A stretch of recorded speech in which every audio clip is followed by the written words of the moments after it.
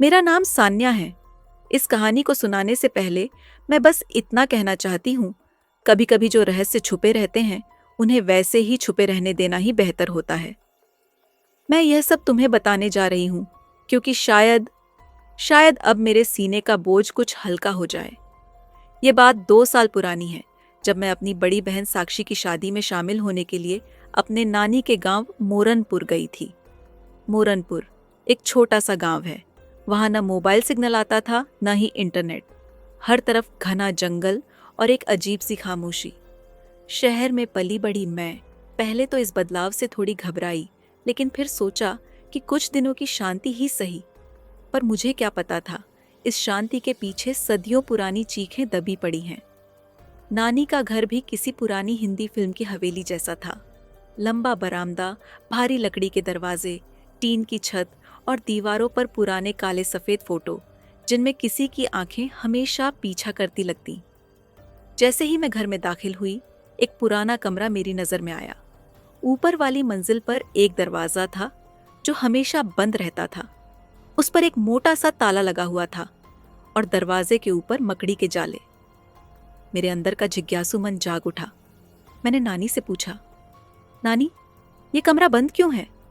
नानी ने मेरी तरफ देखा, जैसे किसी भूले हुए डर की परछाई से फिर से मुलाकात हो गई हो।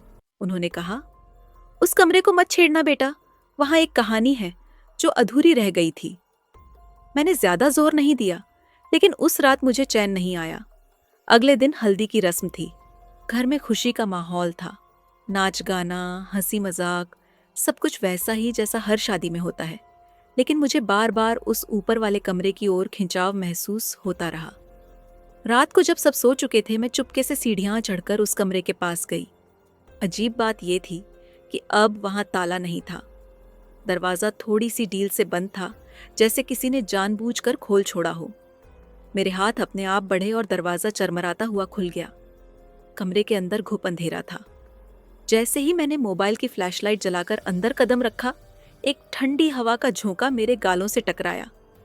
कमरे के बीचों बीच एक लकड़ी की अलमारी थी और उसके ठीक सामने एक बड़ा आईना। अलमारी पर एक लाल जोड़ा रखा था, सुर्ख लाल रंग, जिस पर सोने की झरी की कढ़ाई थी। पर उस पर जमी धूल और हल्के खून के धब्बे साफ दिखाई दे रहे थे। मैंने जैसे ही आईने की तरफ देखा, मेरा दिल धक से रह गया। आईने में एक लड़की खड़ी थी, लाल जोड़े में, माथे पर सिंदूर, लेकिन चेहरा पूरी तरह सफेद, जैसे खून न हो उसमें। उसकी आंखें, बस उसकी आंखें ही सब कुछ बयां कर रही थी। दर्द, इंतजार और एक अधूरी उम्मीद। मैं चीखने ही वाली थी कि अचानक वो लड़की फुसफुसाई, मैं अब भी इंतजार कर रही हूं। मैं उल्टे पांव भागी। नानी को जाकर सब बताया।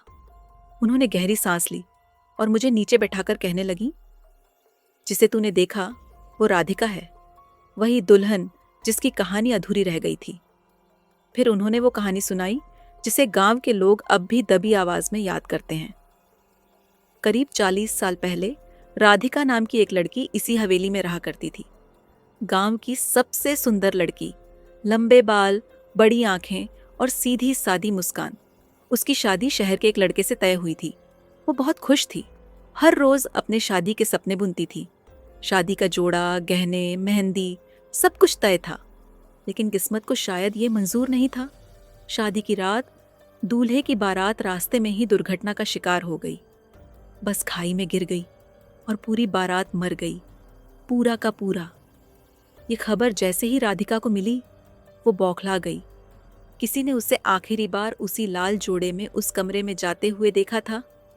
फिर सुबह उसकी लाश पंखे से लटकती मिली। उसके बाद से उस कमरे को बंद कर दिया गया। लेकिन गांव के लोग कहते हैं उसकी रूह आज भी दुल्हन बनकर उसी जोड़े में घूमती है। हर बार जब हवेली में शादी होती है, वो वापस आती है, अपने अधूरे फेरे पूरे करने। नानी की बातें सुनकर मैं सिहर उठी। क्या मेरी बहन की शादी में कोई अनहोनी होने वाली है? मैंने अगले दिन से साक्षी पर नजर रखनी शुरू कर दी। उसकी हरकतें भी अब थोड़ी अजीब लगने लगी थीं। एक दिन जब वो शादी का जोड़ा ट्राई कर रही थी, उसने अचानक आईने में देखकर कहा, सान्या, क्या तुझे लगता है ये जोड़ा मेरा है या किसी और का? मैं चौंक गई। मैंने पूछा, क्यों? वो बोली, पता नहीं, लगता है जैसे कोई मुझे घूर रहा है, कोई जो ये जोड़ा पहनना चाहता है मुझसे पहले। अब मुझे यकीन हो चला था कि राधिका वापस आ चुकी है। मैंने नानी को सब बताया। उन्होंने मंदिर के पुजारी को बुलवाया। पुजारी ने हवेली में पूजा रखवाई, लेकिन अजीब बात यह थी कि पूजा के समय एक झोंका आया और आरती की थाली जमीन पर गिर गई। पुजारी ने कहा, उसकी आत्मा बहुत मजबूती से बंधी हुई है, वो सिर्फ एक चीज चाहती है, अपनी अधूरी शादी पूरी करना। अब सवाल था, क्या वो साक्षी के शरीर का इस्तेमाल करेगी? शादी की रात आ चुकी थी। मंडप सजा हुआ था। साक्षी लाल जोड़े में बेहद खूबसूरत लग रही थी, लेकिन मेरी नजरें लगातार उसके पीछे थीं। फेरे शुरू हुए और तभी अचानक बिजली चली गई। चारों ओर अंधेरा छा गया। किसी के चीखने की आवाज नहीं, बस सन्नाटा। तभी मंडप के बीच में मैंने उसे देखा। लाल जोड़े में राधिका खड़ी थी। उसकी आंखों से आंसू बह रहे थे और वो साक्षी की तरफ देख रही थी, जैसे कह रही हो, मुझे एक मौका दे दो। मैं धीरे धीरे उसके पास गई और कहा, तू क्या चाहती है? उसने बस इतना कहा, बस एक बार मुझे दुल्हन बनने दो, एक बार। मैंने कांपती आवाज में कहा, कैसे? वो बोली, वो जोड़ा, वही जो मेरे कमरे में रखा है, बस उसे मेरी राख के साथ नदी में बहा दो, ताकि मेरा रिश्ता इस दुनिया से टूट जाए। बिजली वापस आ गई। सब कुछ जैसे पहले जैसा हो गया। शादी पूरी हुई, लेकिन मेरे अंदर कुछ बदल चुका था। अगले दिन मैं चुपके से ऊपर गई, वो जोड़ा उठाया और गांव के किनारे बहती नदी के किनारे पहुंची। वहीं नानी ने एक छोटी सी राख की पोटली दी, जिसमें राधिका की बची खुची अस्थियां थीं।